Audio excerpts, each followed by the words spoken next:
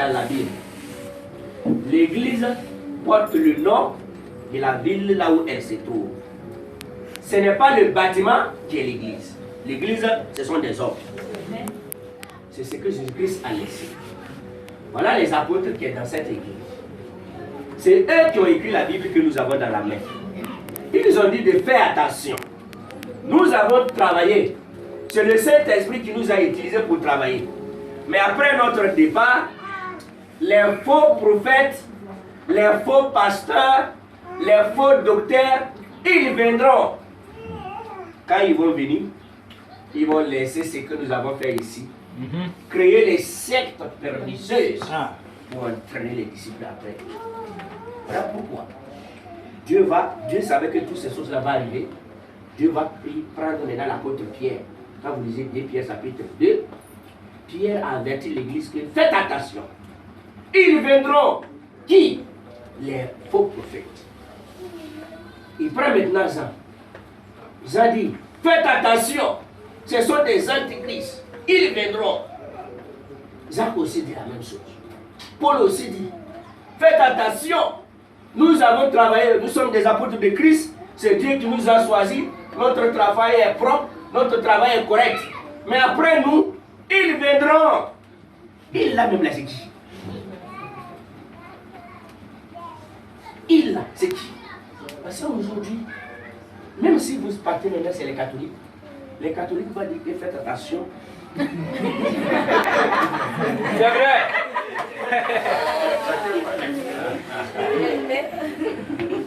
Gré. Avec la croix au cou. Quelqu'un avec vous blanc, la croix au cou. Il se prosterne devant l'image taillée. Il dit, je vous salue Marie pleine de grâce. Il dit, faites attention. La Bible dit que les faux prophètes vont venir. Ils vont venir quand? Quel faux prophète qui va venir encore? Jamais. Au lieu que le peuple s'assoit pour dire, hé, mon père, ce que toi tu fais ici là, c'est pas conforme avec ce que Pierre fait. Donc c'est toi le faux prophète. Les gens disent, ah, le père là, il a bien pressé. Il a dit de faire attention que les faux prophètes vont venir. Il ne sait pas que c'est mon père là même qui est le faux prophète. Est-ce que vous comprenez? Oui, bien. Donc, comment? Voilà maintenant, après le départ, les apôtres de qui ils viendront. Moi, je n'étais pas là. Eux n'étaient pas là. Vous aussi, vous n'étiez pas là. Mais ils viendront là. C'est qui? Ils sont où? Ils vont venir après? Ou bien ils ne sont pas encore venus? Donc, depuis que Paul est parti, Pierre est parti, Timothée et Tite, ils ont travaillé, ils ont laissé l'église. Est-ce que aujourd'hui, l'église là où nous partons aujourd'hui, est-ce que c'est le même modèle qui est ici? C'est là la question. L'église que nous sommes en train de faire, l'autre dit que je suis pasteur, je suis évangéliste, je suis révérend, je suis docteur, je fais. C'est pas mauvais. Mais le modèle que nous sommes en train de faire, l'adoration que nous adorons, ce que nous sommes en train de faire, le culte que nous célébrons, est-ce que c'est la même chose que Pierre? Mais quand il dit qu'ils viendront, il l'a fait.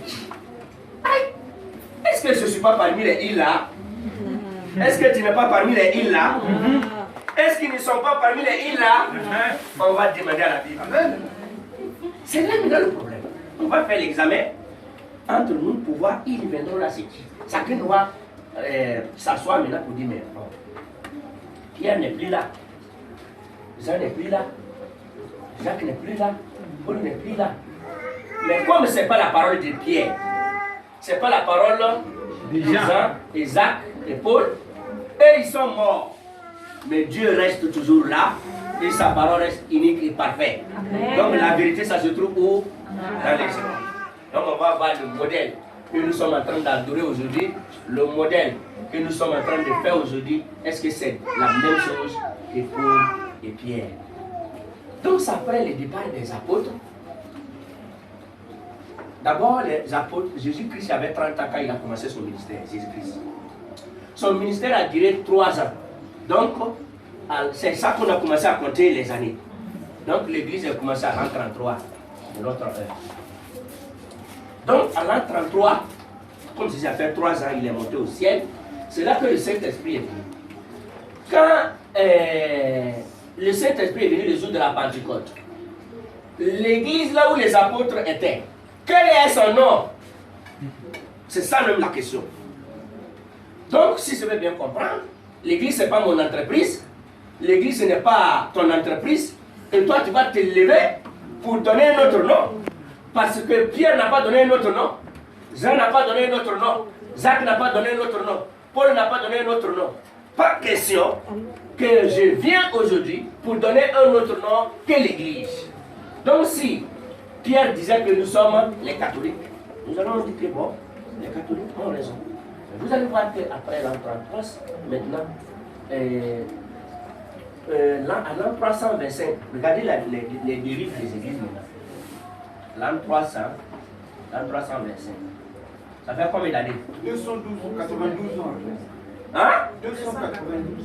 292 ans après que les apôtres sont partis, le premier secte créé sur la terre, c'est l'église catholique romaine. Et qui est, quand un secte est créé, le secte doit avoir un responsable. Qui était responsable de ce secte? Constantin, son nom est Constantin le premier. Constantin le premier, c'est un pape. Il n'a pas le Saint-Esprit, il n'a pas la révélation, et il voulait aller faire la guerre. Avant, pour gouverner, si ton armée est forte, tu te lèves seulement, tu pars rencontrer les gens, tu dégorges, tu vas tuer, et tu prends le pays là, c'est pour toi maintenant. Tout le monde sont soumis à toi, tu payes l'impôt. Donc Constantin voulait aller faire la guerre. La nuit, il dort, il voit une vision. La vision lui montre, dans la vision, il a vu la croix. Et une voix lui a dit que c'est avec la puissance de la croix qui va t'aider pour détruire tes ennemis. Quand tes soldats vont partir à la guerre, ils vont gagner la guerre. Mais c'est la croix, la puissance de la croix qui va les aider. Lui, il a vu la vision. Il s'est levé le matin, il rencontre la vision à ses soldats.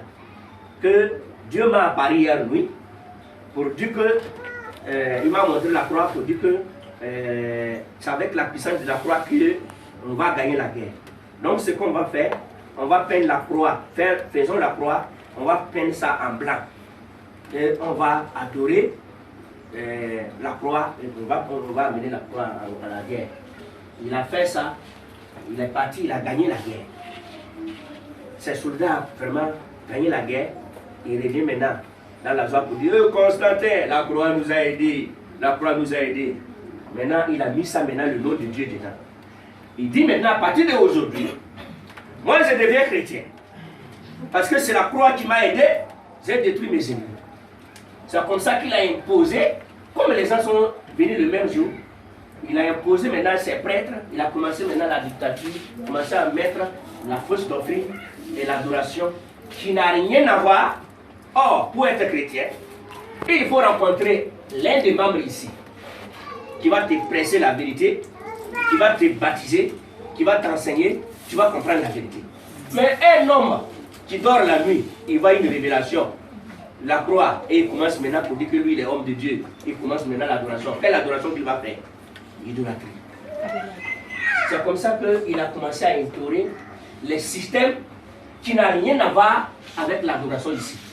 Jusqu'à ce qu'il dit que si tu as perdu ton papa, tu as perdu ta maman, tu dois envoyer l'argent pour donner aux prêtres, et c'est les prêtres qui vont prier pour toi, les messes de l'odium, et Dieu va pardonner ton papa qui est mort. Il y avait un prêtre qui s'appelle Martin Luther, qui a étudié. Mais un jour, il a lu Éphésiens chapitre 2, verset 8, quand l'apôtre Paul dit que ce n'est pas la grâce que nous sommes sauvés, c'est par moyen de la foi, ce n'est pas par les autres. Lui, il réfléchit pour dire, mais ce n'est pas la foi que nous sommes sauvés, ce n'est pas par les autres. Pourquoi Pape a dit qu'on doit donner l'argent aux prêtres pour les messes de requiem? Donc si c'est comme ça, c'est avec nos efforts qu'on est sauvés. Il va écrire la lettre au pape. Pape n'a pas répondu. Il écrit maintenant la deuxième lettre au pape. Quand le pape répond, le pape dit que l'homme là, c'est un rebelle. Et l'homme dit que non, moi je préfère être rebelle parce que ce que j'ai dit là, c'est dans la Bible. Et Martin Luther dit que moi si c'est comme ça, je ne peux pas être d'accord avec toi. Et Constantin, ils ont cherché Martin Luther pour tuer. Martin Luther a fait pour aller à l'Allemagne. Lui aussi, il a créé le protestantisme. Le mot protestant veut dire rebelle. À un moment donné, comme Martin Luther, lui n'a pas vu l'église ici. Lui, il était où? Ici. Il sort. S'il veut faire son église, il va faire petit catholique. Est-ce que vous comprenez? Or, si tu es ici, tu sors. D'abord, quand tu es ici, tu ne peux plus sortir. Si tu sors, c'est la perdition que tu pars. Parce que cette église est unique. Il est unique, il n'y a pas de division. Cette doctrine est parfaite. C'est après cela que Martin Luther, quand il est sorti, il a renoncé les messes de requiem, tout ça. Mais le jour de baptême, comme lui n'a pas vu le baptême ici, pour baptiser les gens, comment il va faire? Il prend l'eau, il verse sur les gens, que c'est un baptême. Et les gens acceptaient ça. Et les protestants critiquaient maintenant les catholiques qu'ils sont dans la fausseté. Oh, les protestants aussi sont dans la fausseté, mais ils ne savent pas. À un moment donné, il y a un groupe qui est sorti au milieu d'eux, en leur disant que nous avons lu la Bible, mais ce qu'on fait ici, elle est différente de la doctrine des apôtres. Les apôtres baptisaient par immersion. Pourquoi vous prenez l'eau pour verser l'eau sur la tête que c'est un baptême?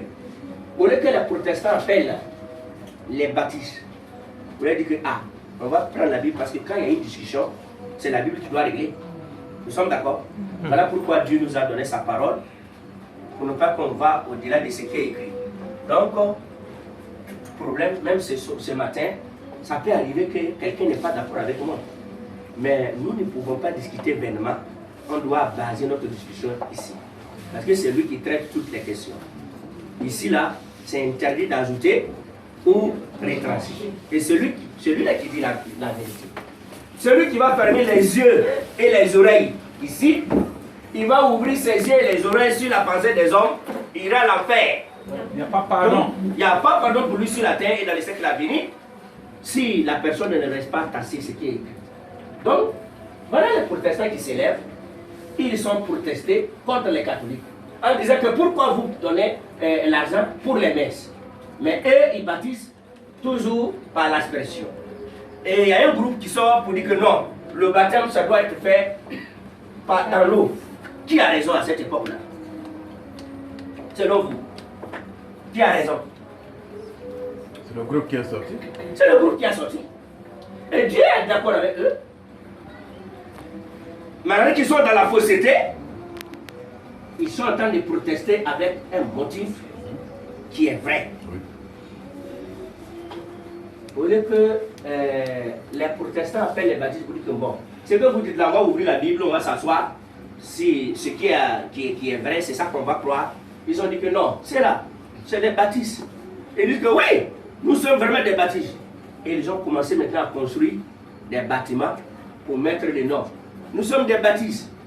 Nous acceptons qu'on nous baptise parce que le baptême par immersion, là, c'est dans la Bible. Donc, baptême là, c'est bon. Et l'église du baptisme maintenant a commencé. Les baptistes maintenant critiquent les protestants qu'ils sont dans la fausseté. À un moment donné, un groupe sort maintenant dans les baptistes en disant que le jour de la Pentecôte, quand le Saint-Esprit est descendu, on a parlé en langue. Pourquoi au milieu de vous, il n'y a pas parlé en langue? Donc le Saint-Esprit n'est pas là. Qui a raison? Hein? Les pentecôtistes.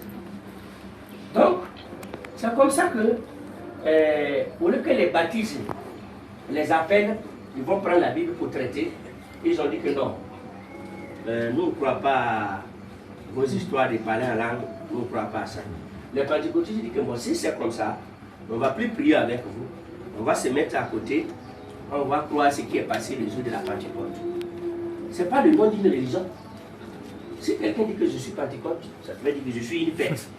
Qu'est-ce que ça veut dire? Donc ce n'est pas le nom d'une religion. Donc la protestation est bonne. Mais, voilà maintenant, ils s'élèvent maintenant pour donner un nom, pour dire que nous sommes les pentecôtistes. Or, ils ne sont pas les pentecôtistes, mais ils devaient dire que nous sommes les enfants de Dieu. Nous sommes des saints. Pourquoi? ils ne pouvaient pas rester dans la vérité parce qu'ils n'ont pas rencontré l'un des membres de cette église. Si vous n'avez pas rencontré cette église, vous pouvez adorer, vous pouvez louer, vous pouvez faire ce que vous voulez. Vous êtes totalement dans l'erreur. C'est comme ça que les baptistes ont traité les pentecôtistes faux. Les pentecôtistes ont commencé maintenant l'ère pentecôtiste et ils ont commencé à parler en langue. Et parler en langue aujourd'hui, vraiment, comment vous comprenez? Ça tombe, ça crie, tout ça. Ils sont en train de travailler pour revenir ici. Mais comme ils n'ont pas rencontré les gens ici, ils ne peuvent pas. C'est après ça maintenant, on voit tout ça là qui sont arrivés, les barnamis, les sacrins de vainqueurs, les alliances, de quoi, de tout ça, ça qui sont arrivés maintenant. À cause de quoi? 2 personnes, 3 personnes ne s'entendent pas. Moi aussi, je vais aller créer mon église pour qu'on puisse me payer la dîme et les offrandes. Le problème de ce qui est arrivé maintenant, là, la séparation, là, c'est ça là, qui fait le premier point. Dîme et offrande. Dîme et offrande. Dîme et offrande. D'accord. Donc, c'est pour vous dire que tous ceux-là sont en erreur. Si vous êtes ici, vous êtes dans l'erreur. Et Dieu vous a amené ce matin pour que vous puissiez écouter là quelque chose, pour quitter là pour revenir. Pourquoi ils sont en erreur? La dîme et les offrandes, ça fait partie des 613 ordonnances que Dieu a données à Moïse. La dîme fait partie des 613 ordonnances. Or, comme la première alliance est abolie, la dîme et les offrandes sont abolies. Donc si quelqu'un est ici, il paye la dîme et les offrandes, la personne n'est pas le vrai adorateur. Parce que Jésus avait dit dans Jean chapitre 4, à partir du verset 19 à la femme samaritaine, lisez Jean chapitre 4, verset 19. Jean chapitre 4, verset 19. Jean chapitre 4, verset 19. Jean chapitre 4, verset 19. Seigneur, lui dit la femme, je vois que tu es prophète. Nos pères ont adoré sur cette montagne. Et vous dites-vous que le lieu où il faut adorer est à Jérusalem. Femme, lui dit Jésus, crois-moi, l'heure vient où ce ne serait ni sur cette montagne, ni à Jérusalem, que vous adorerez le Père. Vous adorez ce que vous ne connaissez pas. Nous adorons ce que nous connaissons, car le salut vient des Juifs. Mais l'heure vient, et elle est déjà venue, où les vrais adorateurs adoreront le Père en esprit et en vérité, car ce sont là les adorateurs que le Père demande. Amen. Dieu demande les vrais adorateurs. Dieu ne veut pas les faux adorateurs. Donc c'est comme ça que si vous êtes ici maintenant et que vous payez la dîme et les offrandes, ici, Jean-Baptiste n'a jamais pris la dîme de quelqu'un, Jésus n'a jamais pris la dîme de quelqu'un, les apôtres n'ont jamais pris la dîme de quelqu'un. La dîme et les offrandes qui étaient données à Israël, cela est arrêté dans l'Ancien Testament. Dans la Nouvelle Alliance, nous adorons en esprit et en vérité. Donc si quelqu'un adore Dieu comme Abraham, il ira à l'enfer. Si quelqu'un adore Dieu comme Noé, il ira à l'enfer. Si quelqu'un adore Dieu comme Adam, il ira à l'enfer. Si quelqu'un adore Dieu comme Moïse, il ira à l'enfer. Nous sommes les vrais adorateurs qui adorent en esprit et en vérité. Si l'adoration de David était parfaite, pourquoi Dieu l'a censé? Aujourd'hui, le monde entier est dans la fausseté. Ils sont dans la fausse doctrine parce qu'ils ne veulent pas adorer Dieu dans la vérité, mais ils veulent adorer Dieu dans le mensonge. Et le mensonge, c'est quoi? Ici. Pourquoi? Quand Jésus dit que l'heure vient et les vrais adorateurs adoreront, si je ne dis pas des vrais adorateurs, c'est qu'il y avait des faux adorateurs. Ouais. Qui sont ceux-là qui sont des faux adorateurs? L'adoration ici est faite. Mais nous voyons qu'il y a des gens qui sont ici. Pour adorer Dieu, ils vont recopier qui? David. Oui. Quel prophète qui le copie? Moïse. Moïse. David. Bon, aujourd'hui là, vous êtes ici pour adorer. Pourquoi vous faites comme ça? Oh, l'adorer. Bim, bim, bim, bim, bim, bim. Il recopie qui? David. David. Le monde entier veut adorer Dieu comme David. Et il trouve le passage là où? Psaume 150. Somme combien? 150. Lisez Somme 150. Verset Somme 150, c'est important. Somme 150, Psaume 150. verset 1. Nous allons, vous voyez, Somme 150, c'est une prophétie. Mais quand tu ne comprends pas la prophétie, l'apôtre Paul dit que lui parle par la prophétie, par la doctrine, par la connaissance, par la révélation. Si tu ne comprends pas Somme 150 et que tu prends ça comme une doctrine, ça tu deviens maintenant un faux adorateur.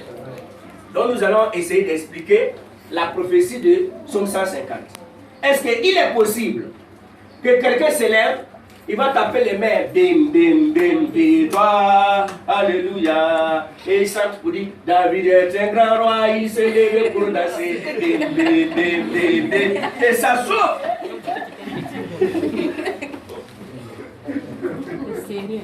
Mais il n'explique pas que le jour que David a dansé, Dieu a égorgé un homme pour montrer à David que ton adoration est maudite par Dieu.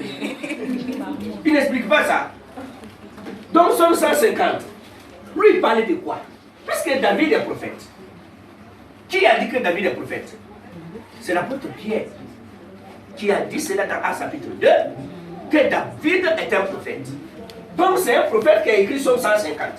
Donc, pour comprendre maintenant Somme 150, il faut avoir maintenant la révélation du prophète pour comprendre. Mais si tu prends la lettre là comme ça pour dire louez Dieu, bim, bim, bim, bim, toi tu es un faux adorateur. On va comprendre maintenant Somme 150. Qu'est-ce que ça veut dire? Continue. Psaume 150 à partir du premier verset. Continue. Louez l'Éternel. Louez l'Éternel. Louez Dieu dans son sanctuaire. Louez Dieu dans son sanctuaire. On va prendre le mot par mot. C'est David qui dit louez Dieu. Louez Dieu dans son sanctuaire. Ici, on voit des personnes différentes. Le sanctuaire est à part. La personne que tu vas louer à part. Et c'est la personne que tu dois aller maintenant dans le sanctuaire pour louer. On est d'accord? David dit louez Dieu dans son sanctuaire. Dans l'Ancien Testament, le sanctuaire de Dieu était où? Ici, où est le sanctuaire de Dieu? C'est moi. Hein? C'est moi. C'est moi qui ai le sanctuaire. Maintenant, si David dit qu'on doit louer Dieu dans son sanctuaire, et moi je suis le sanctuaire de Dieu, je dois... Est-ce que c'est le sanctuaire lui-même qui loue lui-même, ou bien c'est quelqu'un qui vient louer? Hein? Je pose la question ici, là. Le sanctuaire, c'est le sanctuaire lui-même qui loue, ou bien c'est un homme qui vient louer? C'est un homme qui vient louer dans le sanctuaire. Alléluia. C'est un homme qui vient louer dans le sanctuaire. C'est pourquoi, ici, moi je suis sanctuaire. Je n'ai pas besoin d'aller louer.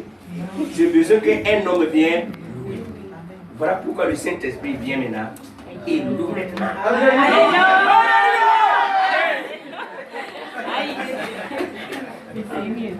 Grégoire, c'est sérieux, hein?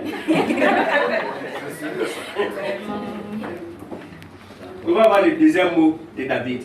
Parce que pour comprendre le prophète, on ne doit pas interpréter. La Bible dit que la prophétie de la Bible, personne ne doit pas interpréter. On n'interprète rien.